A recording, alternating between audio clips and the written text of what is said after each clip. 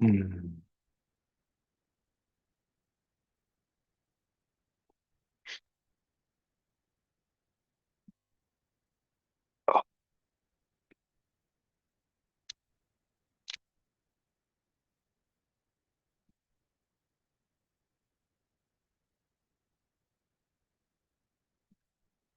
Hmm. Hi, okay.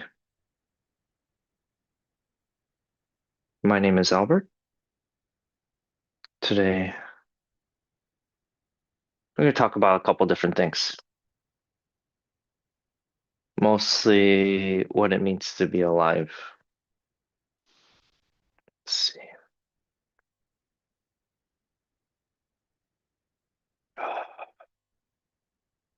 As all things, I like to always start as a practitioner from the fruition.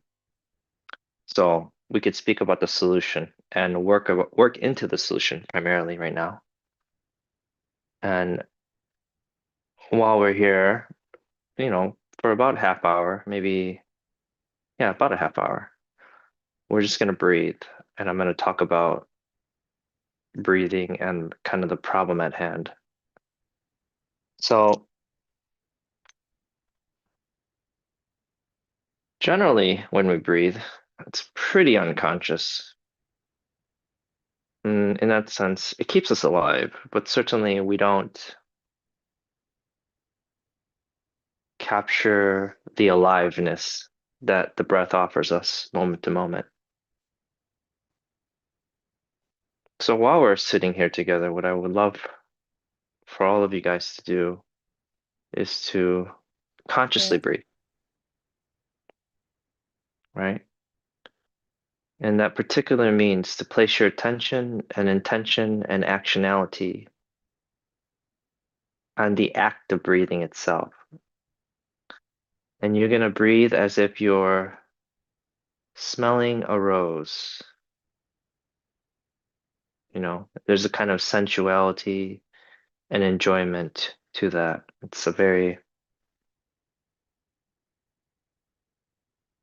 You're really there and you're really sipping the air.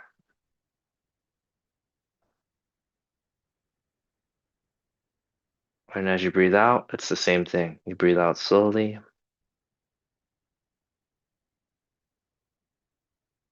You breathe in as if you're sipping a rose.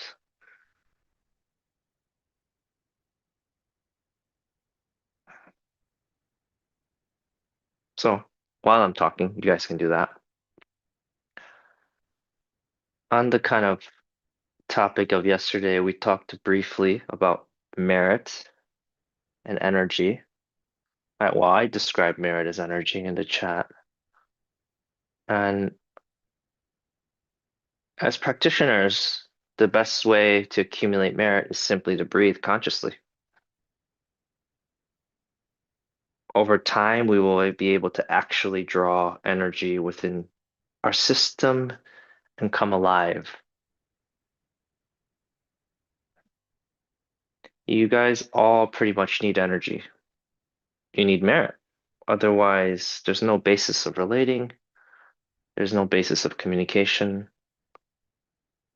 and you won't be really able to accomplish anything. You'll just be precisely where you are, moving 2 steps forward, 2 steps back, never getting anywhere. Most people in modern life get nowhere in their practice or in their careers, in their relationships, because they fundamentally lack energy.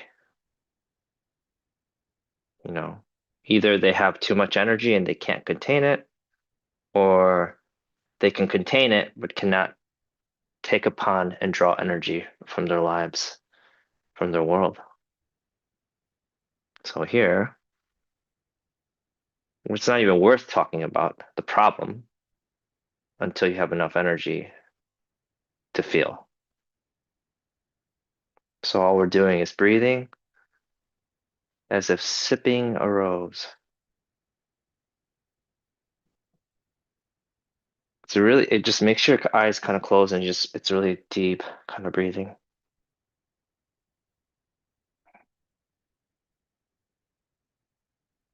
It's very sensual too.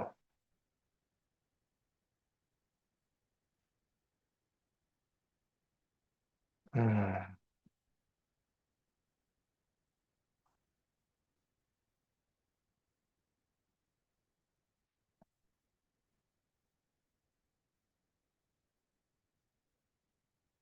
So breathing, especially conscious breathing, is a is one of the main ways you can really allow new energy into your system. And fundamentally, what happens is that you start to become alive. You start to make what is dead in you, or to be specific, atrophied in you, be filled with blood, be filled with air, be filled with life again. And if you're doing this right, it's going to be extremely painful. It could be extremely pleasurable too. So it's kind of the situation people find themselves in their lives. You find yourself fundamentally numb,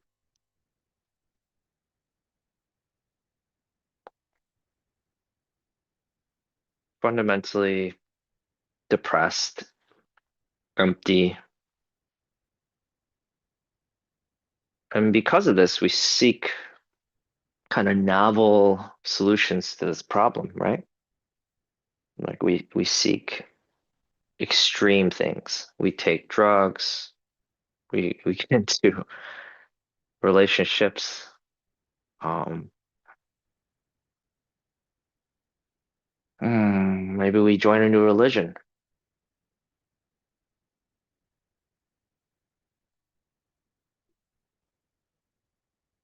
Maybe we start teaching people things, or we start doing things that are good for humanity,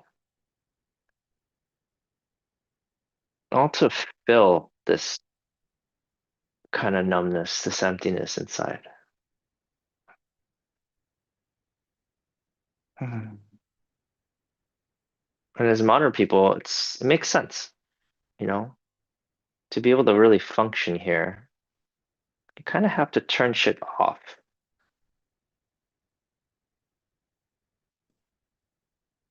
But unfortunately, that we don't enjoy anymore.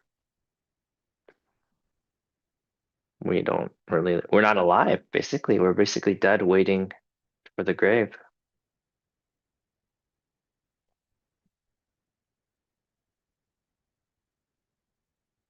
and we continually seek answers outside, but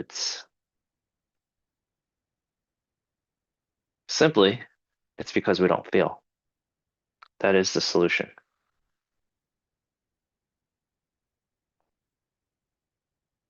So what we really need to do, in a real sense, is to breathe consciously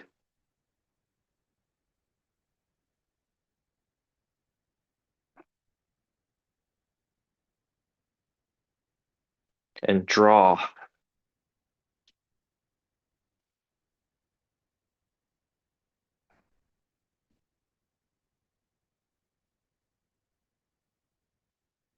And simply as we're sitting here, we can just place our attention on our bodies and notice how our attention gets trapped. It will get trapped because attention for most of us is not free. Attention is very habitual and gets trapped in obstruction, in contraction, in tension, somewhere in the body, anywhere in the body, if at all, if we can even feel our bodies. If we can't even feel our bodies, it's not even a conversation, really. So you need to just keep breathing. If you do feel something in your body, you'll feel sensation, maybe you'll feel pleasure, but maybe you'll feel contraction. In any case, your attention is trapped.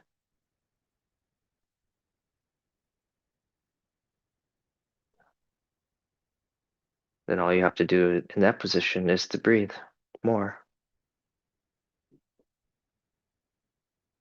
By the end of this, if you are more alive, and if you feel more pain and you feel more pleasure, I have done my job.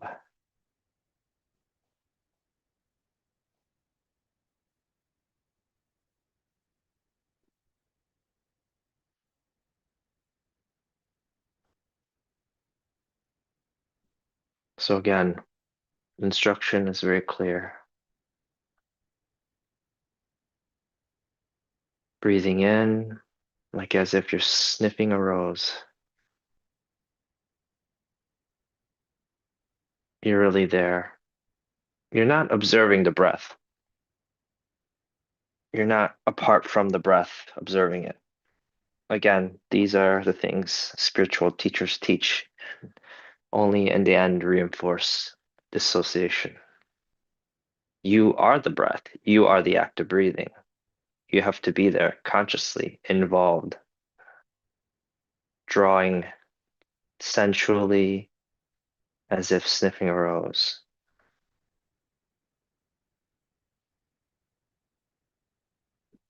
And you should feel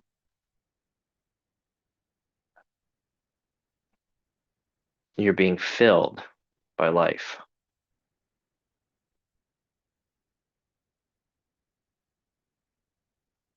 by the breath. Or by the way, if you didn't breathe, you'd be dead. So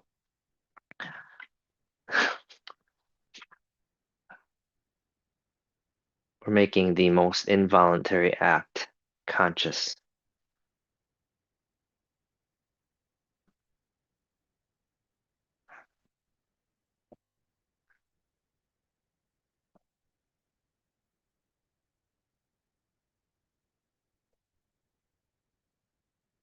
So a modern man and woman, we could almost say everything comes down to not wanting to feel this contraction that we are, this emptiness,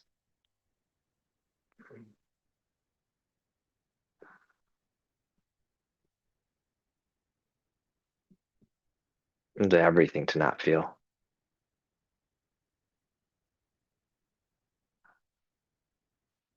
But in some sense, there is no enlightenment, there is no meditative journey without completely making every inch of our body alive and conscious so that we're actually fully embodied in our world. It's not that we have a body, precisely we are a body.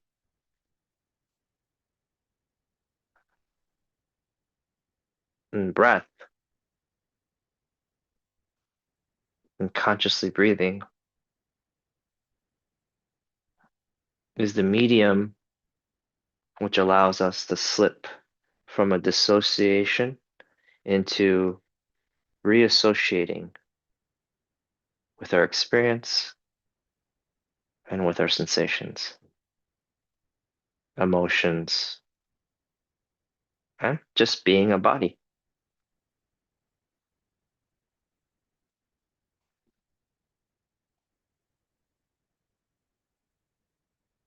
Again, sipping the air as if sipping and smelling a beautiful rose. Feel the sensuality of that.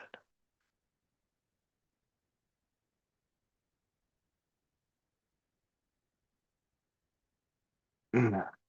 Just draw it in, draw in the life.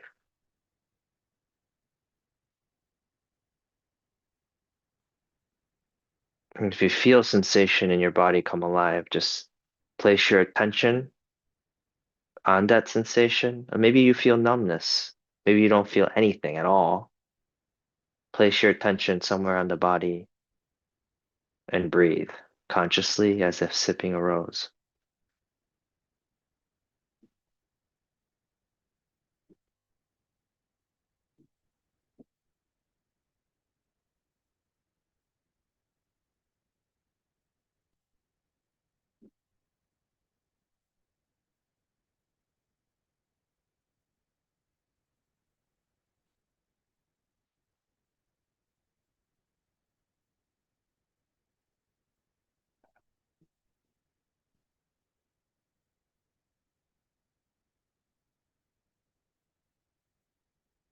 Okay. And we can pause for a second and just do nothing for a second. Stop breathing or stop consciously breathing and just feel.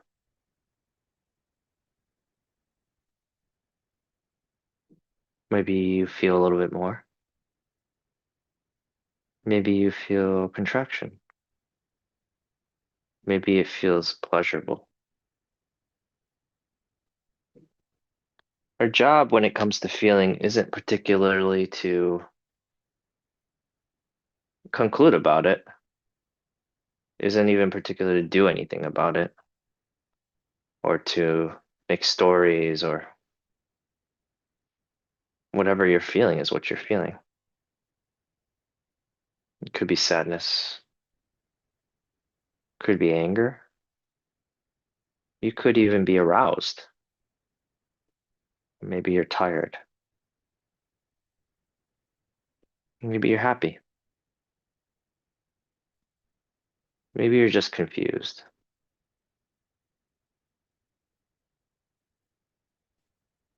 Can we just feel it, whatever is going on? Can we just experience without needing to express anything, without running away, just totally opening to what we experience and feel it?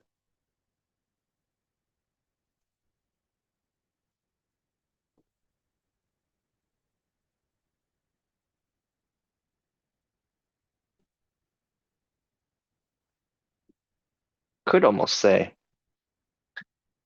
the whole meditative journey is just this. It's in a real way, totally opening and feeling to what's going on. Feeling in and as and through.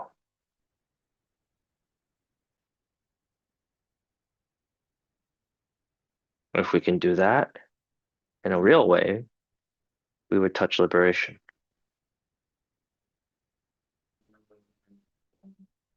Well, that's a fitness because we've trained over a long period of time to not feel. We feel for a moment, we react, and we just do everything possible to ignore, to suppress. Right? What is an outburst of emotion, of anger, of fear, even love? What is all this but just displacement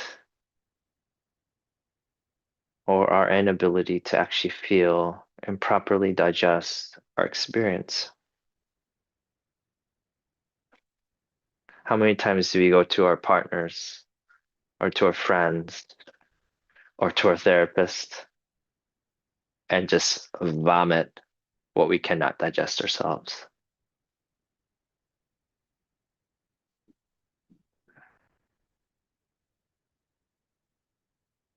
So, in the real sense, if we master this basic ability to just stay and feel,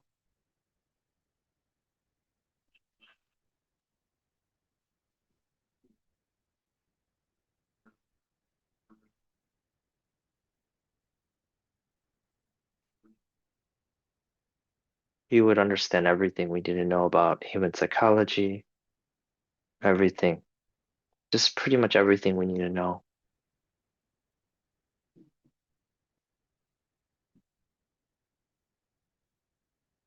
Because in the end, it is feeling without obstruction that is recognition of being.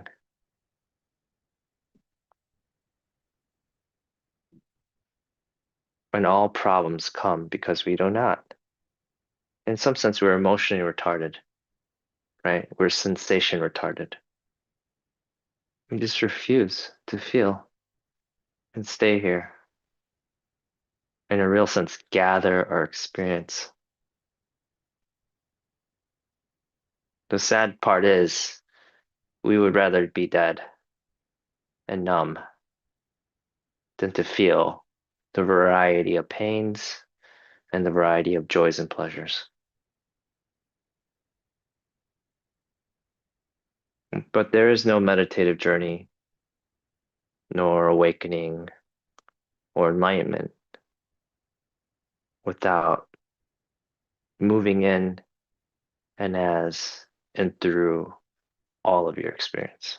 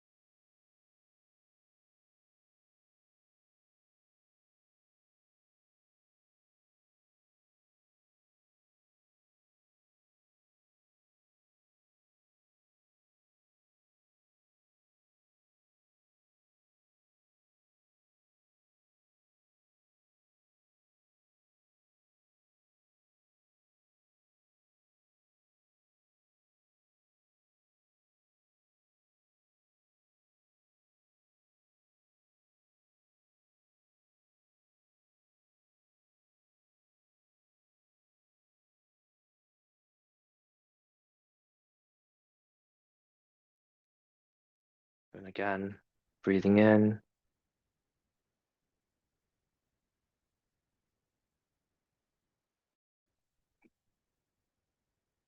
really just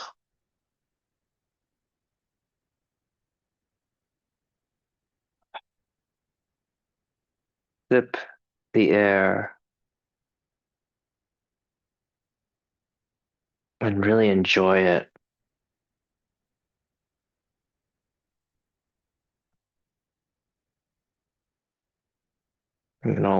We forget that to really enjoy and have pleasure, you really need to accept both the pain and pleasure.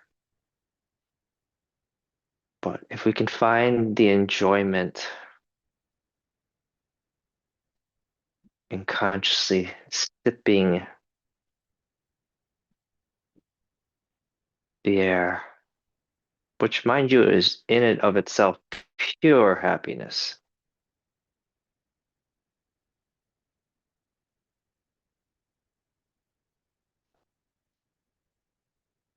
we have a real problem then. The real problem would be is if air itself is inherently joyful and we introduce that element to our system, well, suddenly we are aware of the problem that we are. Well, in a lot of sense, people don't even realize they're suffering until you really know the other side of suffering.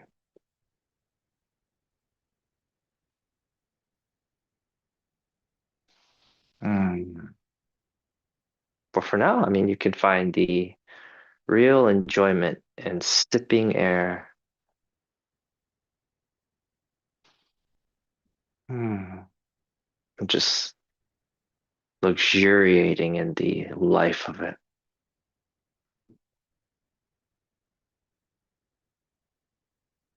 Mm.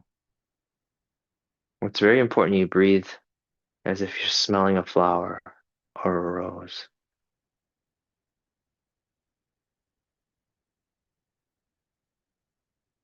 Mm. And then you just let that aliveness and breath spread into your system.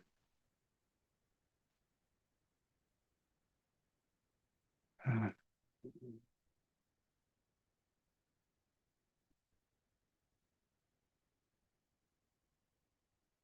And as you become more alive, you should feel more sensual.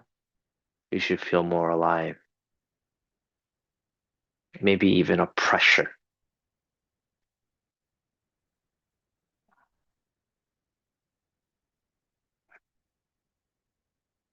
And it can be a lot. I understand.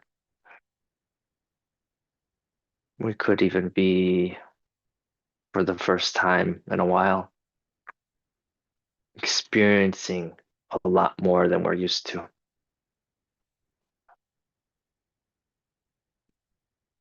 Well, don't worry, you'll go back to your habits.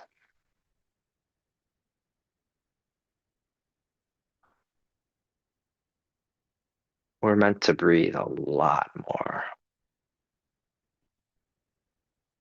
and have a lot more energy.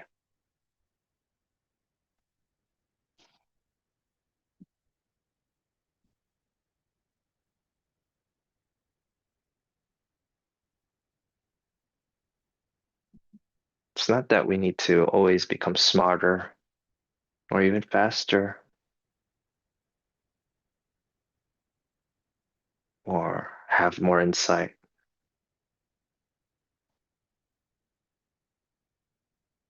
Just we just need more energy so that we can actually understand and reach, what's already there.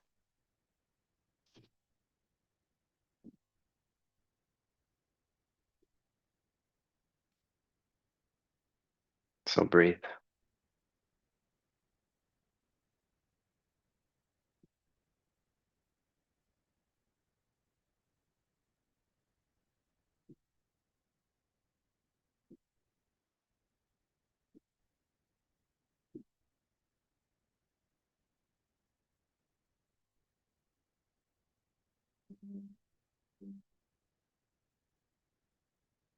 So for the next half hour, you have two options,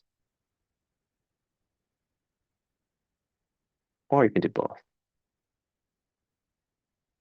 You can just breathe as if sipping a rose, gently, sensually, and enjoy filling your whole subjective, somatic, felt sense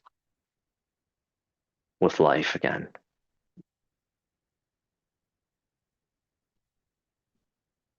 Or you can just sit here and feel, just completely feel whatever's going on. Pain, pleasure, tiredness, doesn't matter. Frankly, the point is to feel immediately. Just feel your experience, and that's it.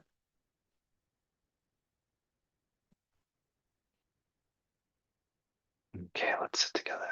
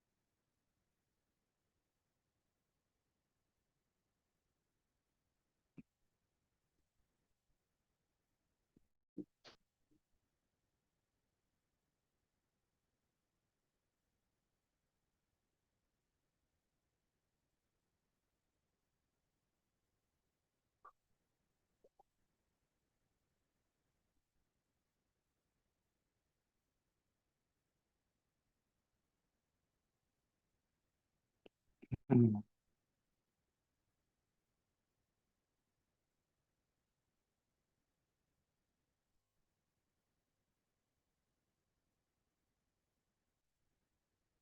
Slowly, we can come back and open our eyes and cool down.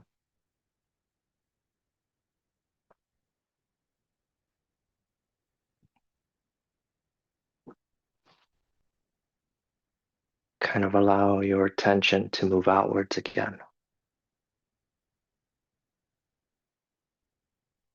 to your senses, to your vision,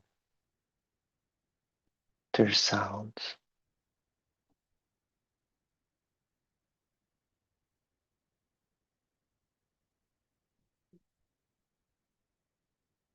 Mm.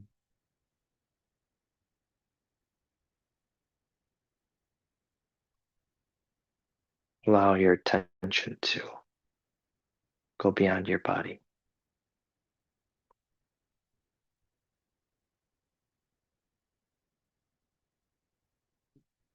Mm.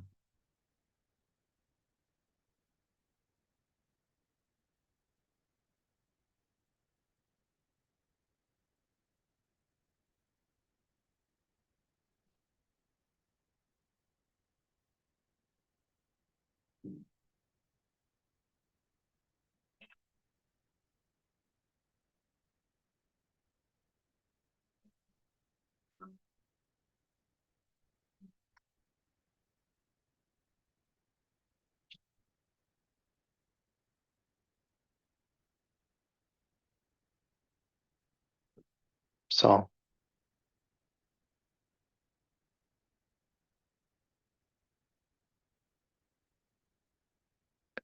just if anything, remember that the journey of meditation is about coming alive. It's about total embodiment and enworldment. It's not about running away from feelings or experiences or hiding away from the world. You are the world. You are your experience. You are your feelings.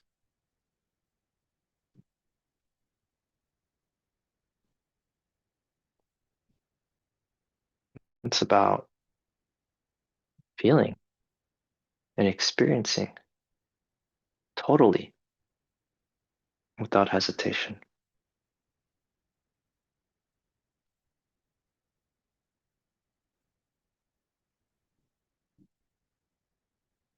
Hmm. Everything. Your pains, your joys, your loneliness, your depression, your pleasures,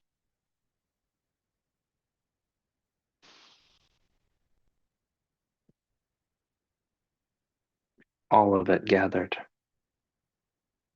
as the totality of who you are.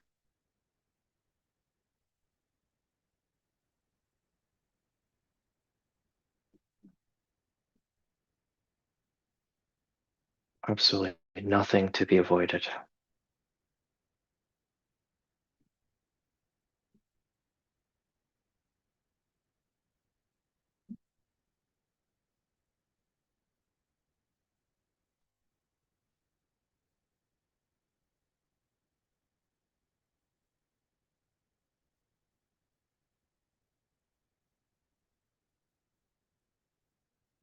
Hmm.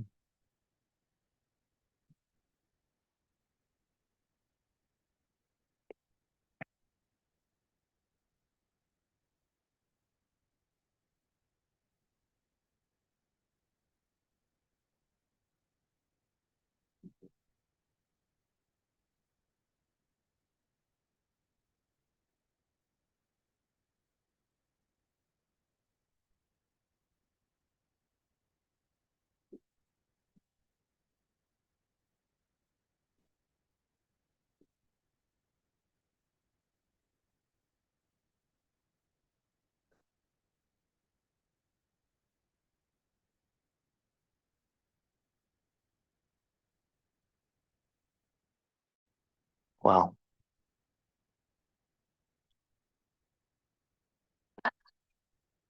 ah, wake up.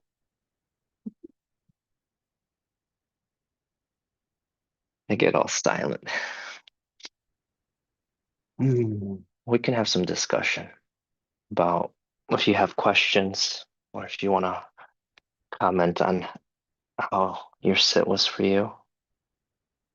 If you could do this poll, thank you, God. Hmm. If you felt absolutely nothing at all, if you felt something, would love to hear you guys. Hmm.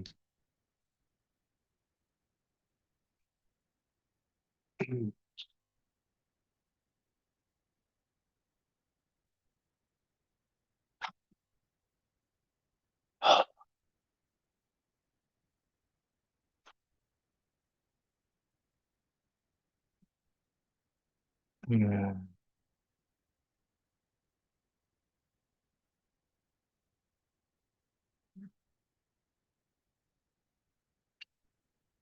Any questions? Don't be shy.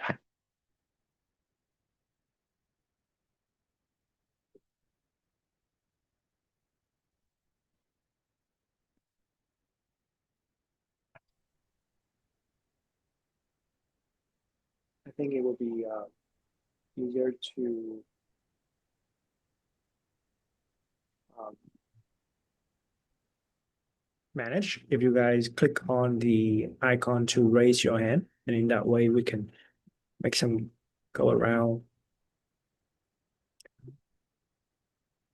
But for now, please fill out the poll so that we can very quickly see kind of what's in the room with us. And please, I see Stella, I see John. Please keep your hand raised. We'll go through the poll real quick, and then we'll have individual questions. Hmm.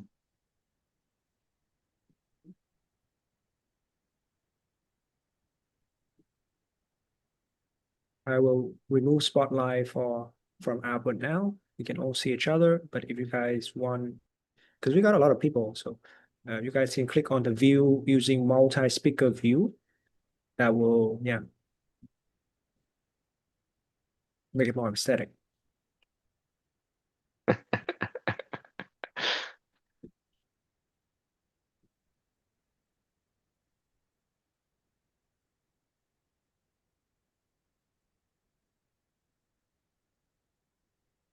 Okay, let's see what's in the poll.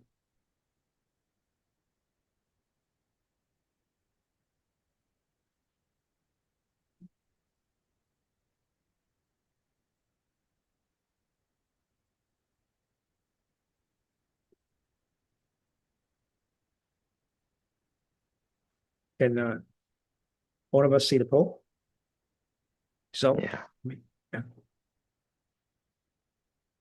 Hmm.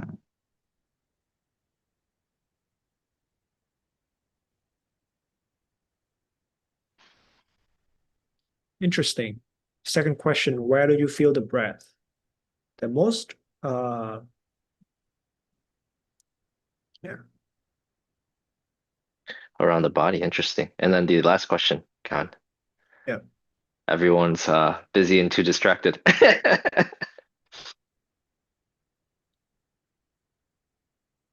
Yeah. yeah. I mean, it's to be expected, right? Hmm. It's not the easiest. So just stay with something so simple and just work at it, work at it, work at it, work at it. Hmm. There's a type of dedication that we have to devote to just this act because it could be just that simple. Yeah. Just to sit here and feel, right? Yeah. Well, precisely then, when we sit down with Phil, we'll see how busy and distracting we are, like all the momentum that we have, right? All the momentum throughout the days, and we just can't stay with it. Which Hmm. is we just drift in and out, in and out, in and out, in and out. That's why all you have to do is keep fucking breathing. Keep breathing. Keep You know? breathing. And then you remember, oh yeah, I have to breathe. Okay. All right, Stella, go for it. Hi, yes. I really like the rose analogy. Um, and my mind was also one of the ones that really kept busy, kept distracting me. I really find it easy to connect to my breath, but then to stay with there is another story, I find. Um, but my question or my remark would be, I know that, like yesterday, for example, the question came up, why do we do this? What is the goal? And today, again, also with the reference to suffering, like we want to reduce suffering. Mhm. And but then on the other hand, it's about feeling everything. And I'm always wondering, I know that suffering is the mental interpretation of what we're feeling is making us suffer. Mhm. So we could be in pain or have negative feelings and not have us affect us to the point that we're suffering. But maybe I haven't suffered enough in my life to understand Mhm. it, but I kind of want to, like, it would be much more bland to only focus on, like, to have the pain taken away, to focus on the positive, Yeah. because I always feel like either it's neutral or it's positive what we should focus about, and always Mhm. allow the negative. But then why do we always refer to taking the suffering away? Because I would say, Mhm. even if we argue that it's the mental Yeah. interpretation of it, we still say we suffer pain, even if it's purely physical and we don't interpret it, so to speak. So Yeah, so it's a very, I guess in some sense, I can give you my opinion on it, is suffering is just a limitation of feeling. So whether it's pain or pleasure, anything can be suffering insofar as we're not able to feel it in its totality, right? We stop at a feeling. That's suffering. We go, oh, pain. And then we stop there and then we react and it gets all mental and then we build all kinds of meanings and models and how to solve it. Or it could be even pleasure. And then we stop. It's too much pleasure. Same thing. We want more of it, right? We plan for, oh, I'm gonna get that pleasure later. Like it's endless strategies. And basically the same problem is one of, well, we don't feel totally. We feel halfway. We're tepid in our feeling. then how do we Mhm. know if we feel it all? Because I, for myself, couldn't say then if I'm suffering, because to my understanding, I am feeling everything that I can feel, and I have no comparison to anybody else. I can compare myself to my past and maybe Mhm. have a reference point there, but there's no knowing for me if what I'm doing now is suffering, or because, Mhm. there's no reference. How do you know if you're suffering? That's a great question. I You don't said know. something, Albert, like so you're making it very like black and white. You know you're suffering. You're either suffering or you're not. Yeah, but if you're I kind of, also, it's also true, I kind of right? like that. Yeah, it's also true. Yeah, yeah, because, Yeah. but maybe it can be a little bit more nuanced. How do we know we're suffering? Yeah. Well, you just I sit never heard there. anybody ask that question before, actually. I've Well, been on the that's last 12 week also, and there's a lot of talk mhm. about suffering. And I mean, Yeah. I know pain, etc. But how do we know it's suffering? Hmm. Yeah, the way I used to describe suffering is pain times resistance, or even pleasure times resistance. It is usually that what we call like the second dart of experience that creates a suffering that compounds just raw feeling, raw sensations into eventually an identity, like an observer or a story, Hmm. meaning making, and that mental proliferation plus it could be positive or negative or even neutral sensations that creates the suffering. Would, would But then how do you know? Yeah, I don't know. would would How do you you know you would really you exist? would you know We can go there. suffering unless you know its absence, Frank? You know what I mean? Like in some sense, Some, you would really yeah, have some to sense, know, yeah. like what it really feels to be alive and free.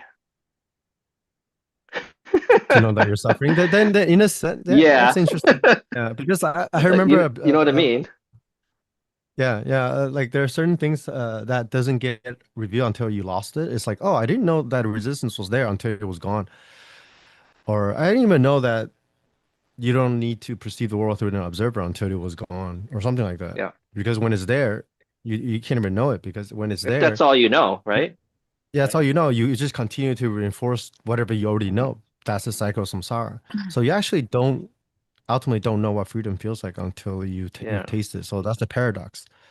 And some people, I think, Frank, don't suffer. Like in the sense, like you can live a really good life, and everything's stay comfortable, secure. You have great relationships. You're psychologically well. You're functional, and you never really need to suffer. But the fact is, Stella, you're gonna die. Like no one in modern life can solve that one. I don't. It's like But people get getting sick. enlightened doesn't fix that because they're getting No, it awakened fix that. doesn't. Well, if people get sick and then eventually they're gonna No. like, suffer, right? Yeah, they Well, get old and they get sick. it's not that it's enlightenment or anything solves that per se, but it's this Makes it easier. existential condition. Yeah, it does make it easier because it's ultimately theoretically Buddha is like unborn and deathless, but what does that do? I mean, we're still gonna die. So, but the fact is, like, these spirituality doesn't really become relevant until you yourself, not because someone told you. You yourself have lived long enough or tried enough of things, have done enough relationships, have done enough work, and you just go, okay, the best this place gives us is we can just kind of be unhappy and somewhat functional, mostly numb. The pleasures don't even work anymore because they have to be extremely novel at a certain point. Like nothing works here. And like I don't know, like you really have to see that. There's no one can point that out for you. No one can tell you it doesn't work. It's just like for myself, it's just I really tried life and I was just like, the fuck? What the fuck? Um, and there's a kind of dissatisfaction, almost like a meaninglessness, an emptiness to things. It's not even reducible to reaction at the end of the day. It's just like this, it's like wearing a shoe that's too tight. It's just at the core of everything you do. There's just this basic contraction when you can't avoid it. You can mask it, you can hide it, you can get really good at pushing that shit down, but you know it's there. Everyone knows it's there, and no one's gonna admit it and talk about it. I'm curious what Jace thinks about this. But on my side, well, I think that this conversation about are we suffering is a really interesting conversation, right? Because like if one of the hallmark of the path is to end your suffering, it's like, am I even suffering? Do I really need to do this? Well, that's a great question, right? And it reminds me of a lot of traditions, particularly in Buddha Dharma. One of the first things that you are asked to contemplate on is precious human birth. It's just like, oh, this could go away any moment. We're thrown right back to the hurdle of up, down, up, down, up, down. Right now, I am insanely fortunate because for whatever reason, I have the talent, I have the intelligence, I'm smart enough, I'm healthy enough, I'm functional enough to do all these things, but this thing will wither away. Right now, I have the faculties, I have the freedom. Like I don't born with a severe disability, but I will also die. And then uh, Wow. the next one Yeah. may not be so good. And then I'm fucked.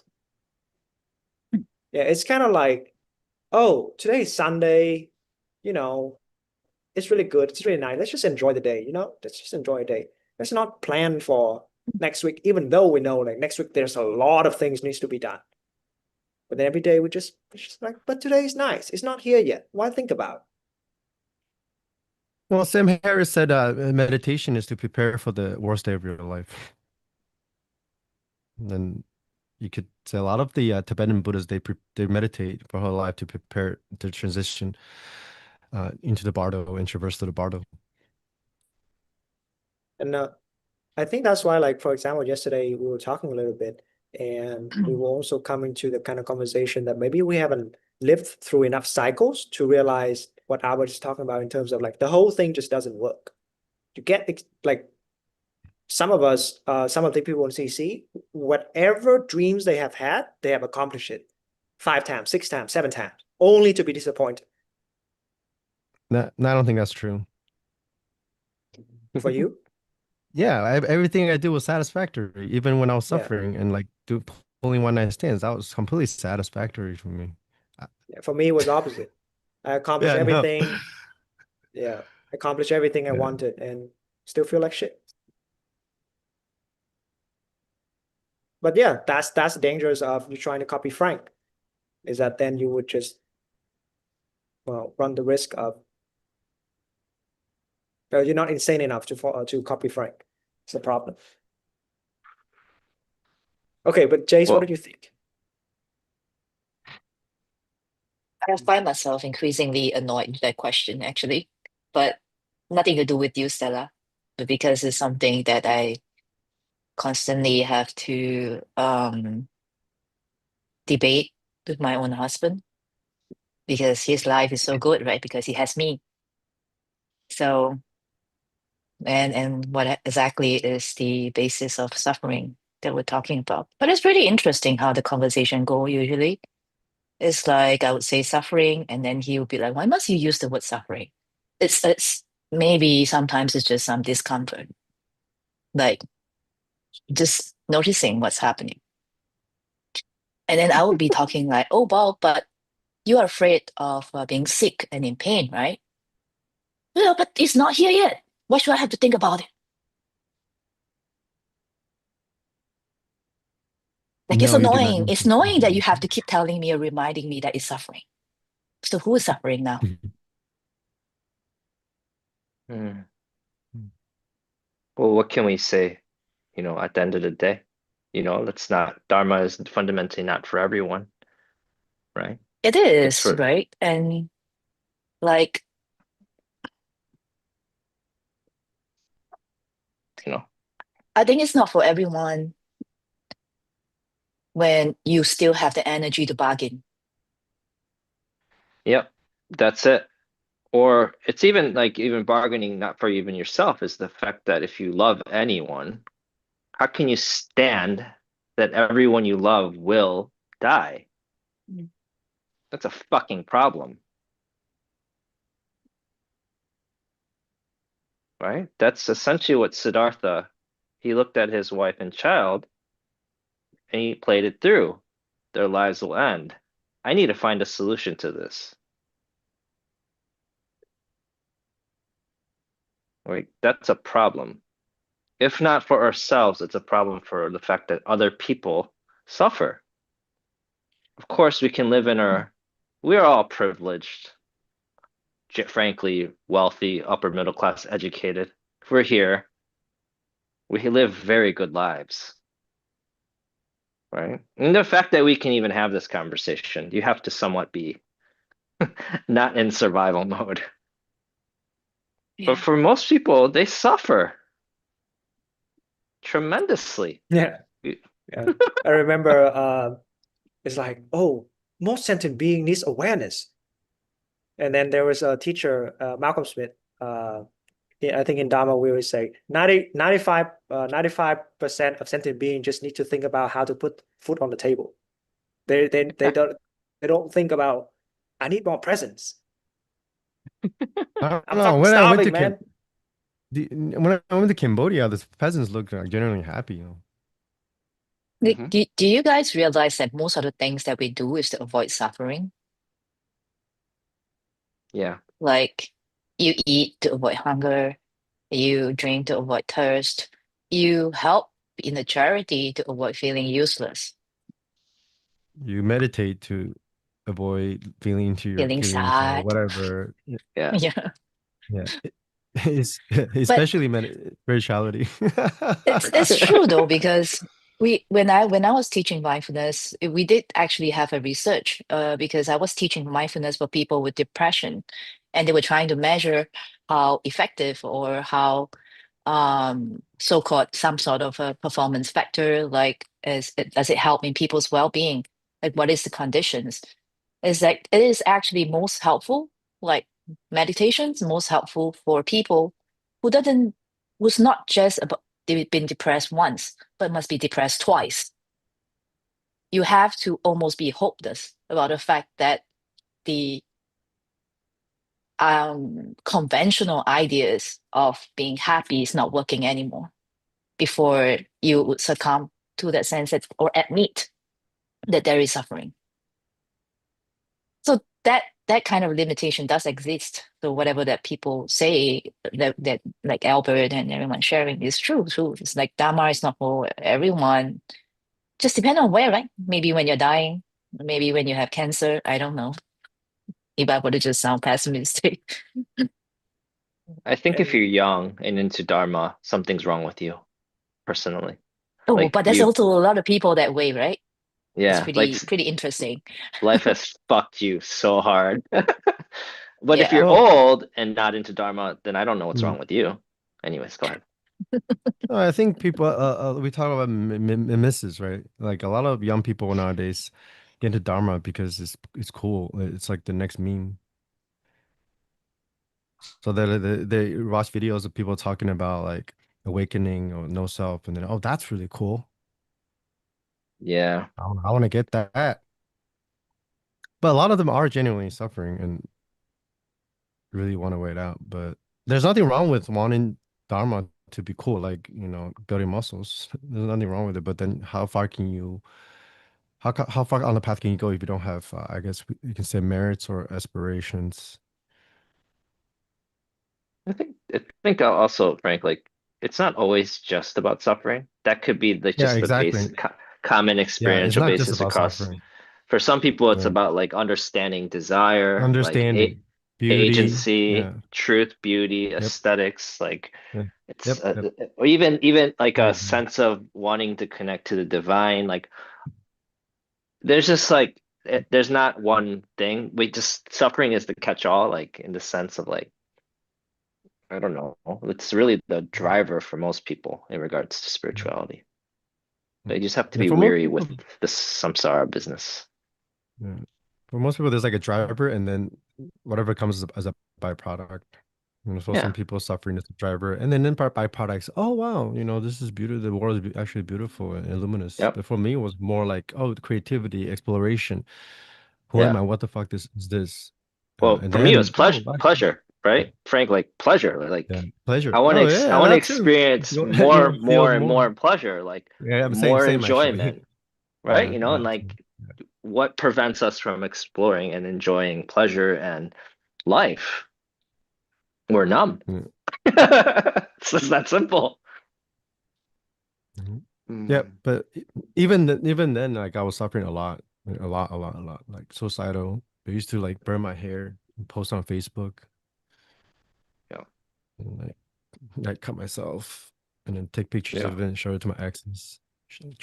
Starting to jump Well, off the window, shit like Well, that. that's also why people don't like pleasure ultimately, right? Is because the more you seek enjoyment, the other side of it is you suffer more, and then eventually you just numb out because it's like, why would you ever do anything other than be comfortable?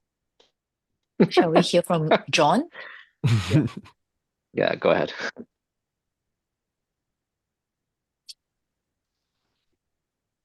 John? Hi, yeah, Yeah. sorry. Hi. Yeah, I was just what I would just said actually leads more straight into what I was going to ask about.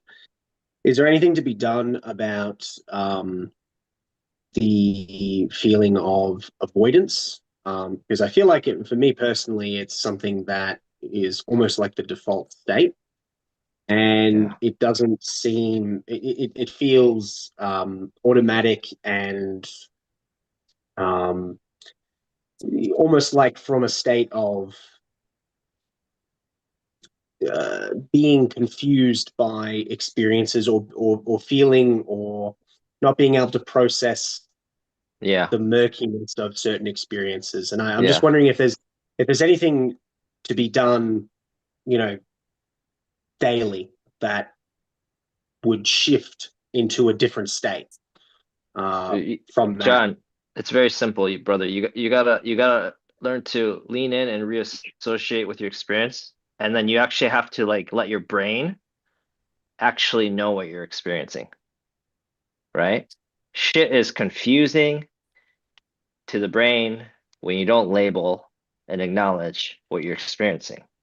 And as soon as you're able to do that, once your brain goes, "Oh, that's anger," you gotta literally link your thinking mind with the feeling soma, right? You have to do that. And then all you do that is by associating and feeling and going, "Oh, that's anger. That's tiredness." Like really label it, Okay.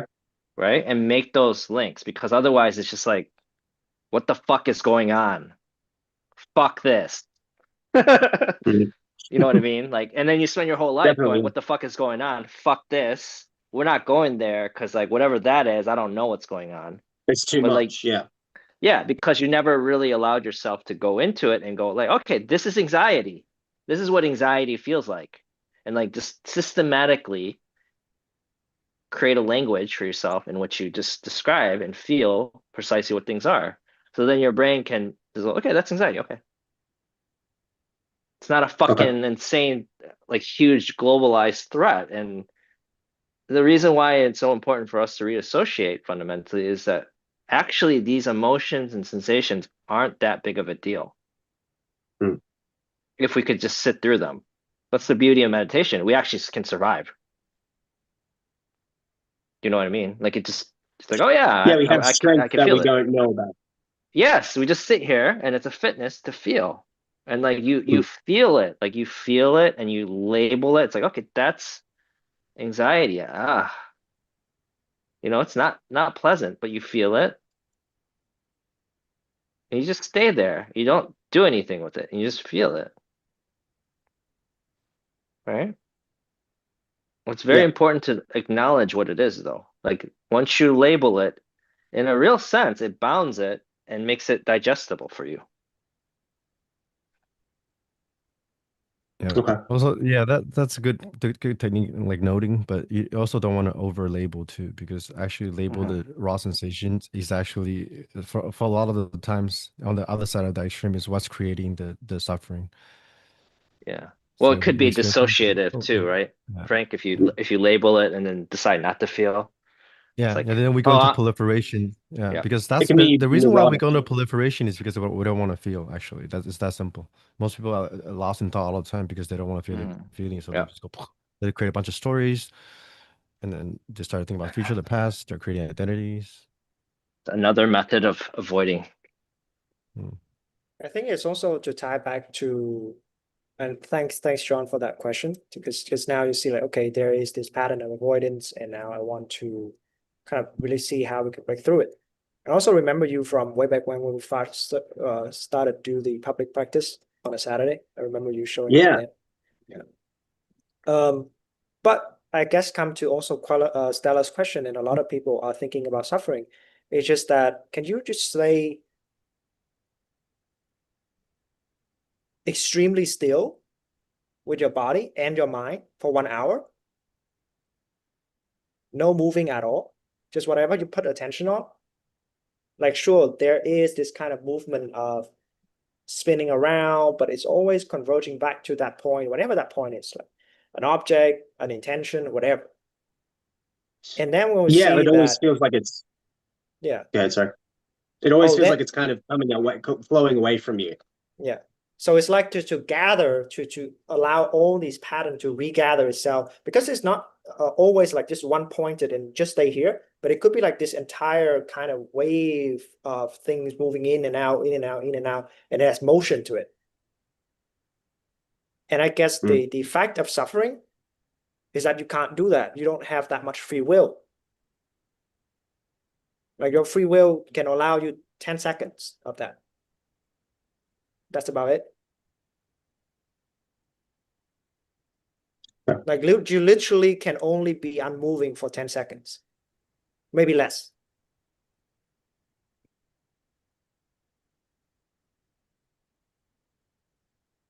That's why it's a fitness, guys. And it's how you develop real courage and fearlessness and grit, right? You just sit here. And like this conversation also points to a thing like, hey, I think we're gonna be very honest that this boot camp is not really for anybody, not for everybody. The majority of people do not want this. Like this is just not something people want. Like this is going against the kind of hedonistic will that people seek. How am I gonna get the next thing? Let's be more comfortable. Let's like bliss out. And meditation seems to also have been sold as part of a package for that pursuit of just whatever that is, right? You say it's spiritual materialism. You say it's kind of like a misappropriation of the Buddha Dharma. But it's like the motivation doesn't align. That's why I think that yesterday we started with that kind of conversation, and now like okay, the time to come like really sit down and just stop your momentum, because you have a momentum to just want to keep going in certain direction, right? So when you ask to like just enliven yourself, allow things to become richer, to experience and to feel it, like that can be so unfamiliar that we actually, yeah, like Albert was just saying, so numb that don't even know how to do that, even though if we sit down we think like, wait a minute, that's like this is the foundation of life. Hmm. And I can't do it. I think, yeah, I think ultimately everybody wants this. It's just a part of your mind would have to contend with No, the fact that I don't think it so. doesn't. I don't think so. I think most Well, people want to I be a don't know. battery for the machine to just use them as battery. I think that's what most people want. Yeah, you get to have that too with this. It's like fundamentally everybody wants this. I really believe so.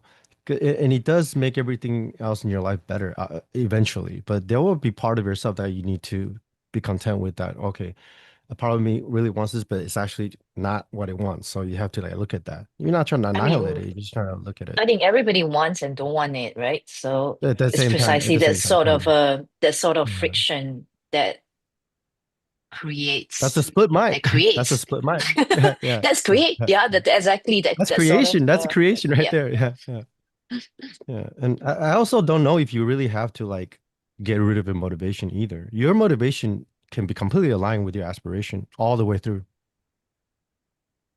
It's all about your relationship to it. Because we sometimes we create this view of like, oh, when spirituality, we're doing spirituality, I cannot, I have to like put all the motivation on the side, or like I can't do all these things I used to do that I associate with like the self, right? But that's just another extreme view, right? Yeah. Like Albert said, you do it to feel more pleasure. Absolutely. Your taste buds becomes like infinitely more enhanced, like the way you experience reality. But then there are phases where you really feel like you're gonna have to die. But that's not the Yeah. entire path.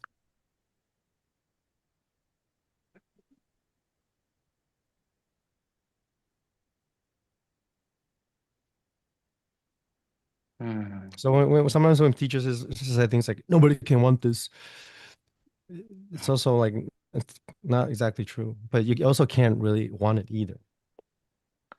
But that's where the insight is, right? How can you contend with two extreme views and going beyond them while not trying to get rid of anything and trying to indulge in anything either, neither grasping nor dissociating, neither resisting nor non-resisting. That's a fitness.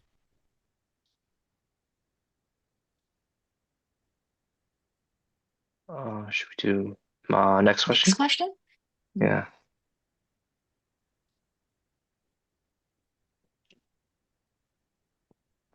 Mahbub, is that how you say your name?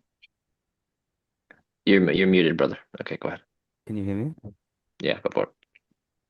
So I guess I just wanted to share like how my practice went. So I've noticed that like I'm able to stabilize like much quicker and at like a higher frequency. I think that's as a result of like meditating as part of this Sangha, a digital Sangha.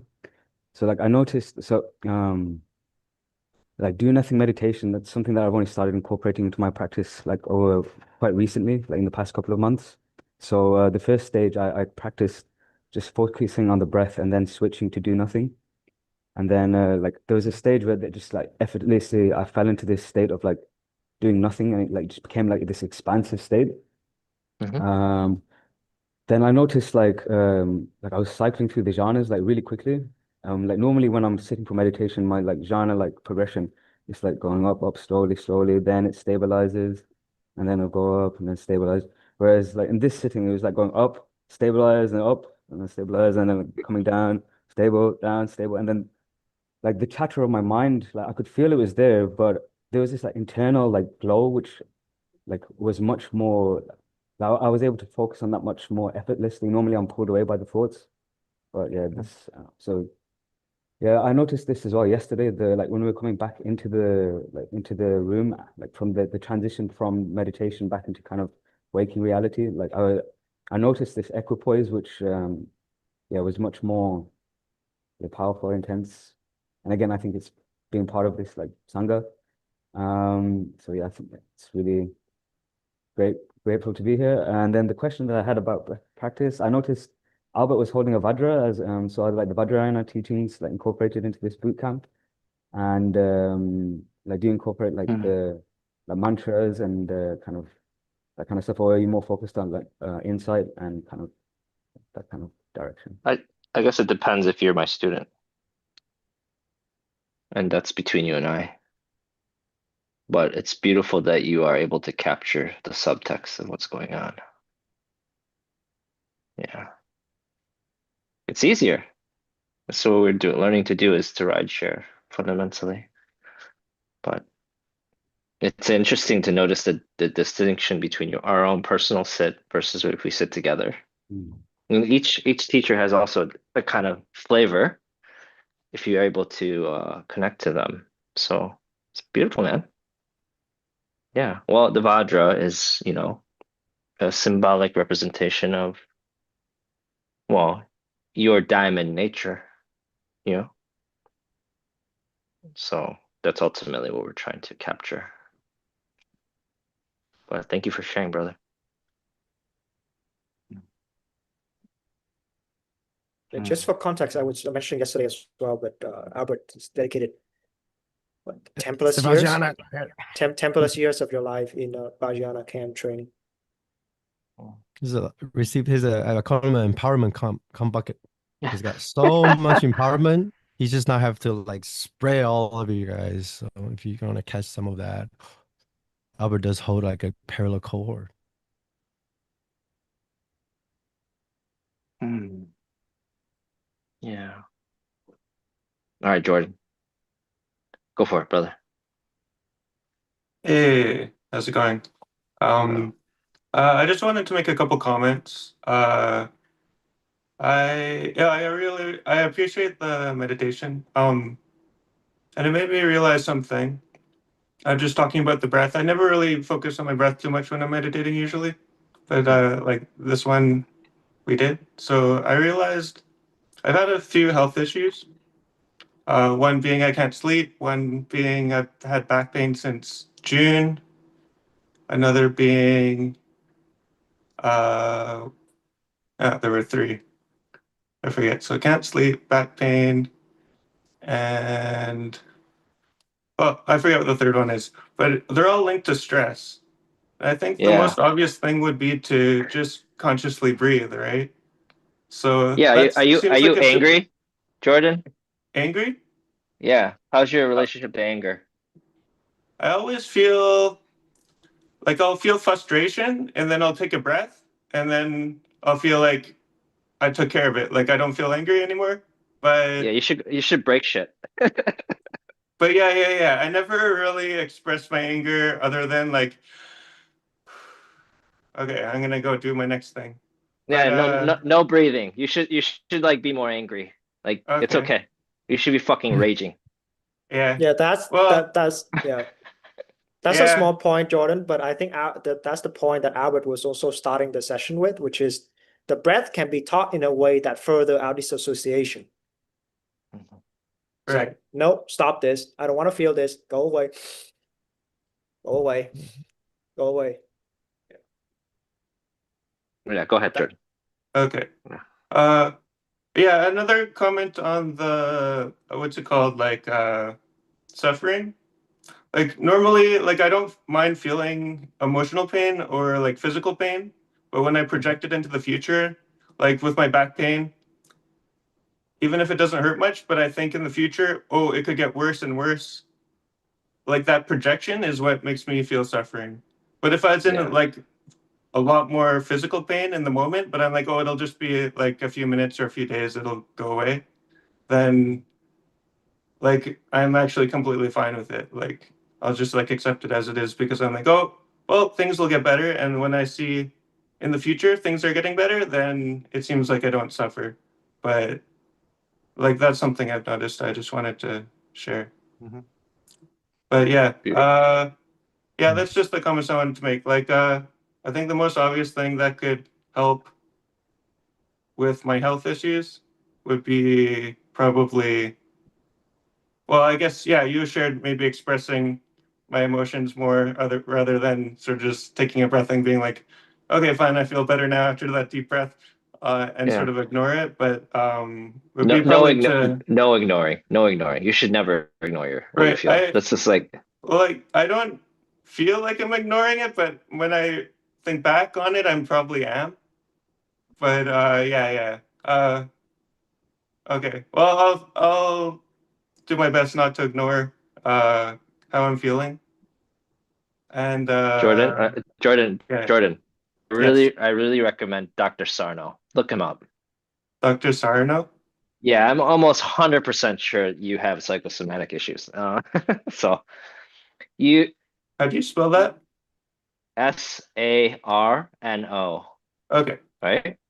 He has a Yep. book on healing back pain. Really recommend it.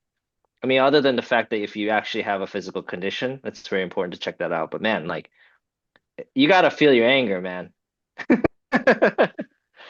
know Yeah. what I mean? You gotta let yourself be angry. It's okay. You know what I mean? Okay. And you gotta feel it. Like, and there's a reason why we have displaced pain all the time. Right. Yeah.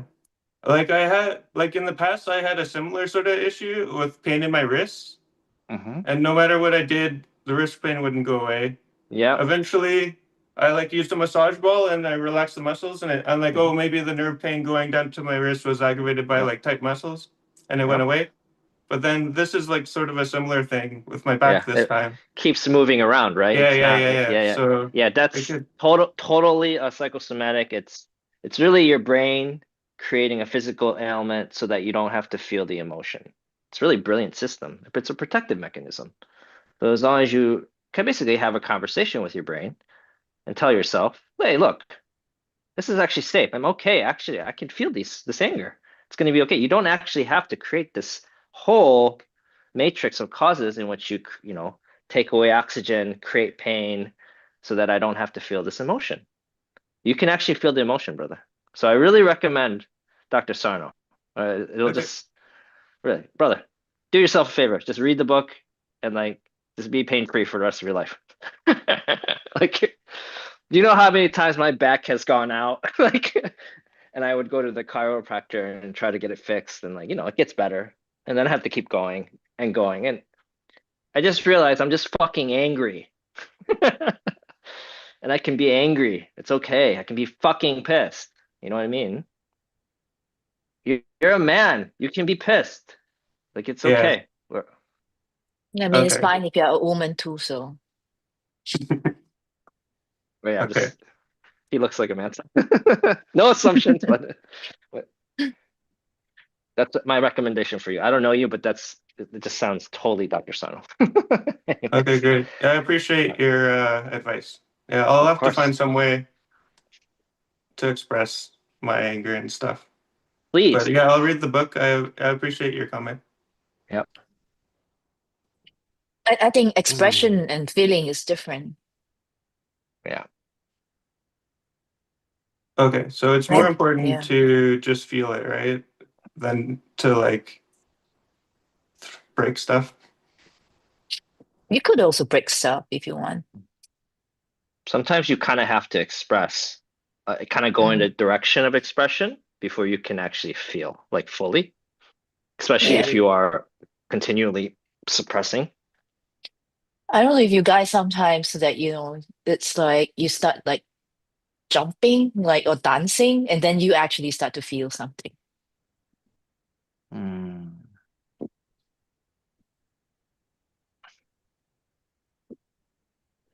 So it can be either yeah. way.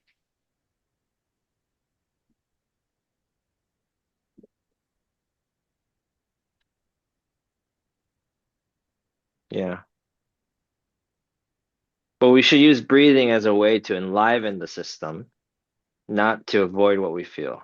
So it should make you feel more sensations in the body.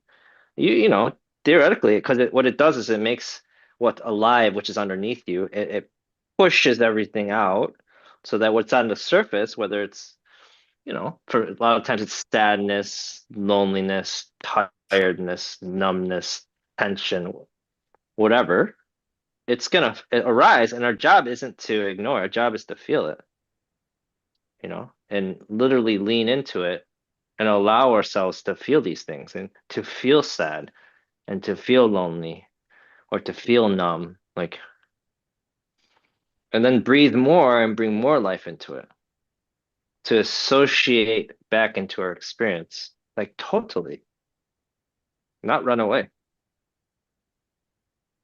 Hmm. Okay. Yeah, Yeah. thanks. I wasn't thinking of it in that direction. Like I didn't really conceive of it that I was running away, but I can see how I probably am. I So mean, yeah, we all do, man. It's a lot, okay, okay, great. Yeah, I appreciate it. Your of comments. course. Thanks. Hmm. Anyone else want to talk? Comments?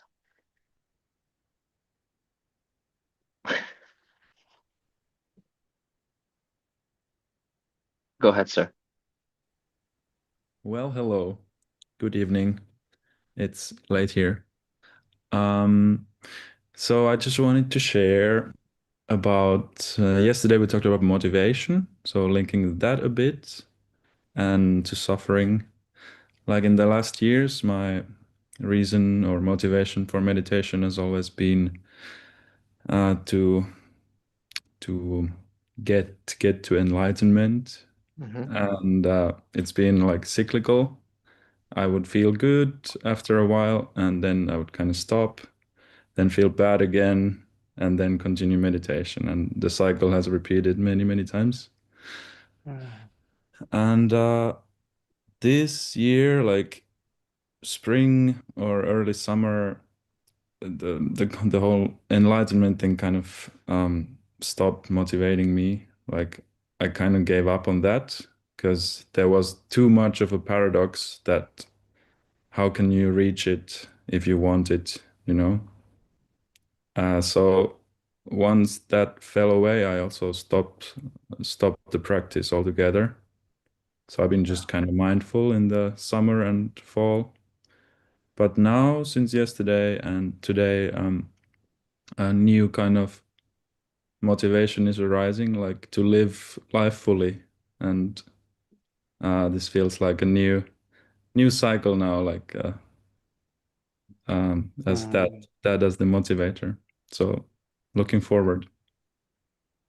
Oh, it's very beautiful. Thank you. I mean, it's a huge motivator. Not only do we want to not suffer, right? But we also want to live passionately, Mm, like actually with a lot of desire.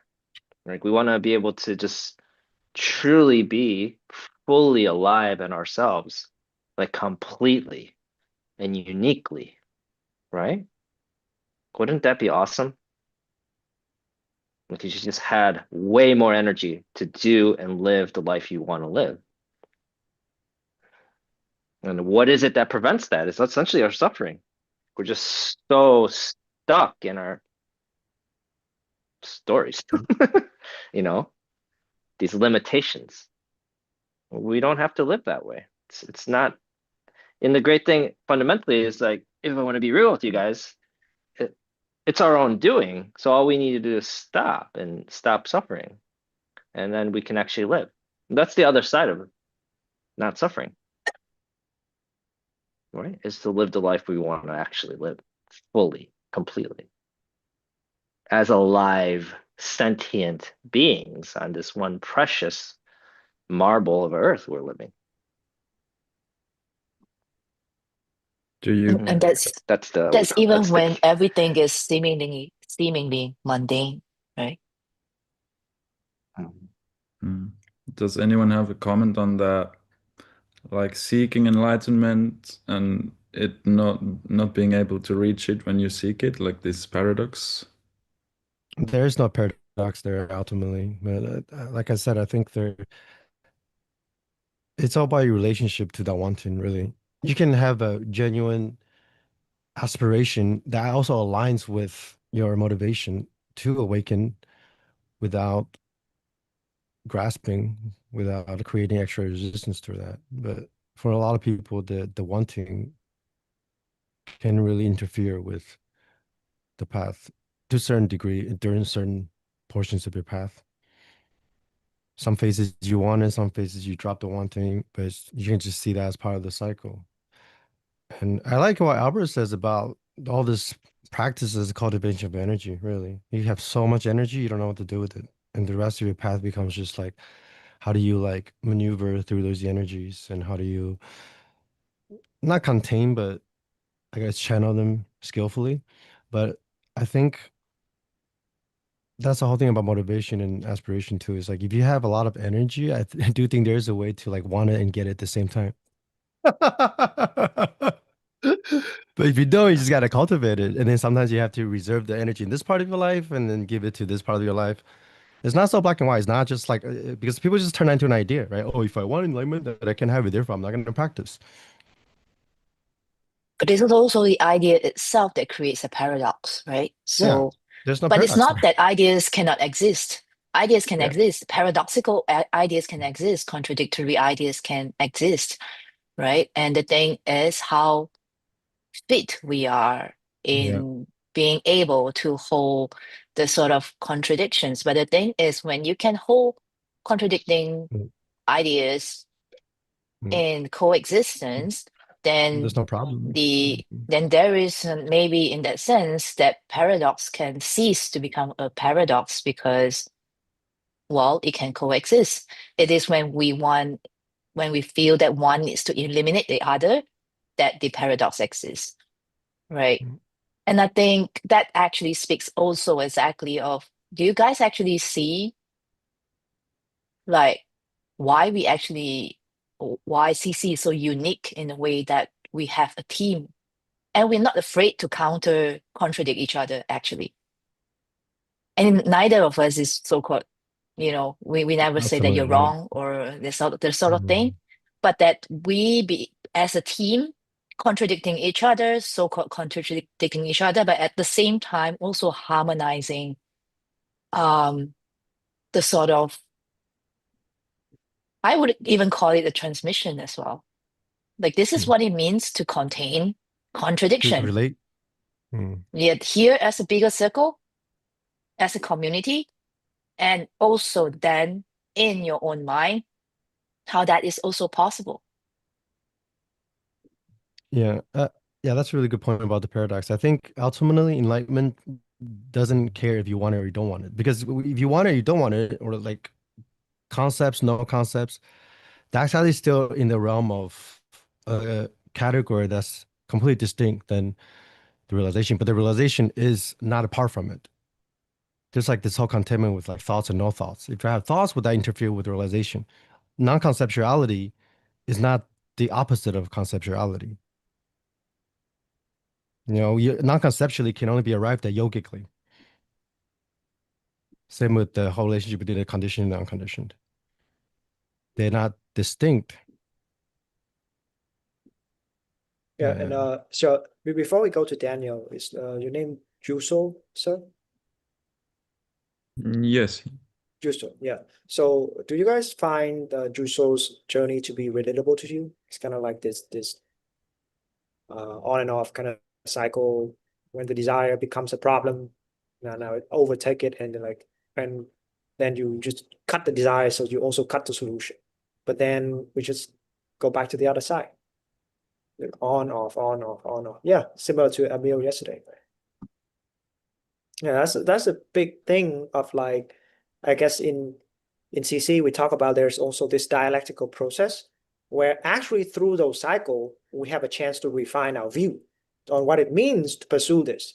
So actually the dropping, the refining of our motivation, our desire is part of the process. We're coming from 0 to 1 to like finer, more and more refined perception, more refined belief, more refined sense of embodiment, more refined willingness to life. So even in the boot camp at around like week 7, week 8, all like not maybe not all, but the majority of your motivation may run out. And then it's a territory. You don't want it, yet you show up anyway, which is a completely different psychological territory. I mean, a lot of you guys have fitness background. You know what that means, right? Like put in the reps when you don't feel like it, like the whole Muhammad Ali thing. Like I count when the abs started to burn. Yeah.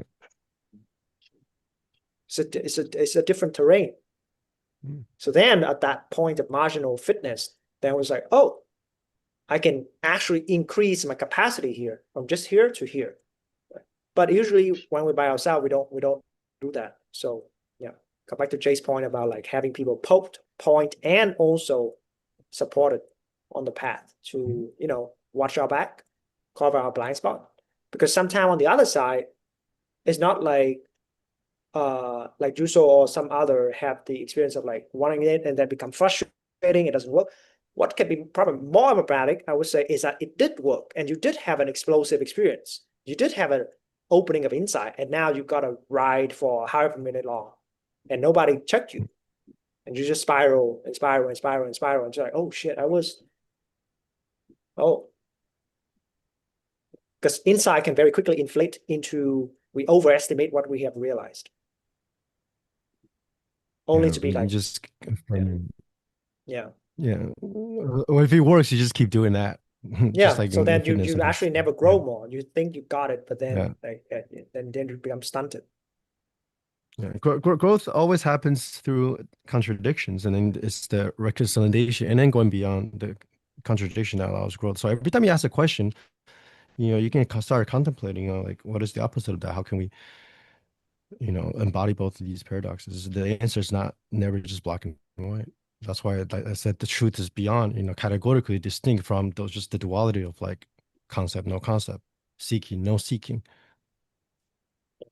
Because like even those dualities get refined so that it's something Yeah. beyond, right? Yeah. Like the synthesis is right beyond that process. So That's this the middle way. dialectical Yeah. process, this Yeah. dialectical process is an ongoing refinement.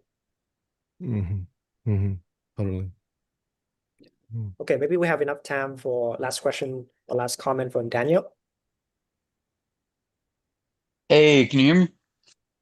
Yep, we can hear you. Hey, so I was curious about your opinions on medications and stimulants like Adderall, and is that something that should just be like accepted, or is that something that's to be like leaned off of? Did you not hear what we just said? I was There's no distracted, I'm one. not gonna lie. There's no one answer for you, brother. And none of life is gonna give you just one answer. It depends, right? What is the context? Like, like we have to know more about your personal situation. Yeah, we have Sometimes to you do need the Adderall. same Sometimes thing. Yeah, we have to do the dialectically, it's two same. Adderall, two Yeah. drugs. Plant We're- medicine versus like, artificial medicine, whatever. What is we that have to do the distinction? Is same thing that that doctors do to you, right? Which is like we gotta like diagnose you? understand your Yeah. understand your situation, diagnose you, get to know you, put the first hypothesis out. Like, okay, if you do that, like what you have already been doing. Okay, how's the symptom from it? What's the effect? Like, what do you want to change? Okay, so based on that, let's try this, and like let's try for 3 weeks. Let's see what's up, and then change again. Like that's just common sense, right? But most people don't apply common sense to meditation and contemplative practice. That's the problem. It's like they take a drug for 1 year straight, only then to have a feedback of like, hey, it didn't work for me. Like, bro, you should have come to me in 3 weeks. No wonder it takes you forever. You have no I mean, feedback system. one of the most common sufferings that I think any human being have is that we want things to just have one simple answer, like one answer to like One just technique, solve one everything. book, one instruction. Yeah. Then we don't need to have a boot camp. A boot camp is here so that we're telling you gotta work. Yeah, I feel like that's definitely like the thing my mind likes to like attach to the most is just trying to find like that one solution, and I just kind of have to like remind myself to be more grounded with it. Yeah. Yeah, also a Yeah. lot of this has to do with just view refinement, right? We're coming from a limited view. So all our answers is coming from that limited view. Even if you have a solution, it's still coming from that limited view. If you practice and then get the result, it's still coming from that limited view. Or for example, a lot of these questions are coming from the assumption that cause and effect are separate and that it's linear. There's a cause and there's an effect. But reality is much more complex. It's a Mandela of causes and conditionings. Cause and effect actually, they codependent rights as well, just dialectically, like we talked about. The cause is in effect, and the effect is in the cause. And there's absolutely no distance between them. Yeah. That doesn't it's mean that like, you can't tease things out on the conventional level, linear level of Yeah. cause and effect. That's also really important. But if you only coming from that view, then you're stuck in a loop of, dialectical thinking or dualistic thinking. Yeah. I mean, to apply your situation, right? I see that you just typed in that you're training the boxer. It's like for an unrefined mind, you're just like, why don't that guy just come and like punch that guy in the face? Like, why don't we just do that? Like, why don't you just punch? And you don't see how much nuance it goes into it. And like, it's also a dialectical process, right? Because you have to game him, gaming you, gaming him, gaming you, gaming him. And then like round after round, adjust your strategy on and on and on and on and on and on like that. It's so much like calibration for how to land a movement, right? The same thing here. So it's like the unrefined mind would come to boxing and just ask like, oh, I want to know how to like do these moves. Like, bro, you barely even started boxing. Yeah, it's a lot of like refinement. I've noticed like meditations kind of like help me like refine it very like technical because I like to box in a Soviet style, so I have to like tense certain parts of my muscle, like just like the fist, and I completely relax other muscles like the shoulder, and also like having So a calm mind. yeah, and I'm like I think the beautiful thing about combat sport is the feedback is so direct, right? You can't fake that. Like if you get punched, you get pain. And yeah, and I think like people, if they train in some sort of craft like that, where there is feedback system, where it's so direct, and if they can take that same mentality and the same framework apply to contemplative practice, I think they like that's a lot of time we talk in CC about physical exertion. We talk about that. We talk about how it's actually a type of CrossFit. It's not even metaphorically speaking. It's actually that direct.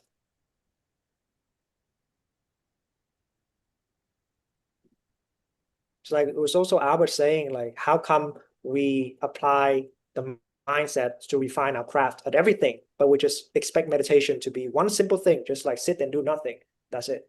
I'm not saying do nothing doesn't have a role in it, but it's a way that it has been marketed and appropriate by practitioners. Just this always looking for a silver lining instead of actually putting in the craftsmanship to work your art.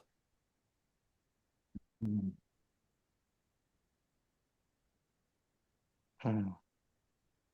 Time check. Time check. But okay, thank you guys so much. Tomorrow we'll have Frank leading the transmission. So today 3. Frank, you got any sneak peek for people? What to prepare? What to kind of bring it tomorrow? No, I don't know. Just be here. Yeah. I don't really have any sneak peeks. All right. Yeah. So I we'll don't see know. you Maybe guys. something we're but we'll see you tomorrow. Maybe take some Adderall. Maybe take some Adderall. All right. Yes, sir.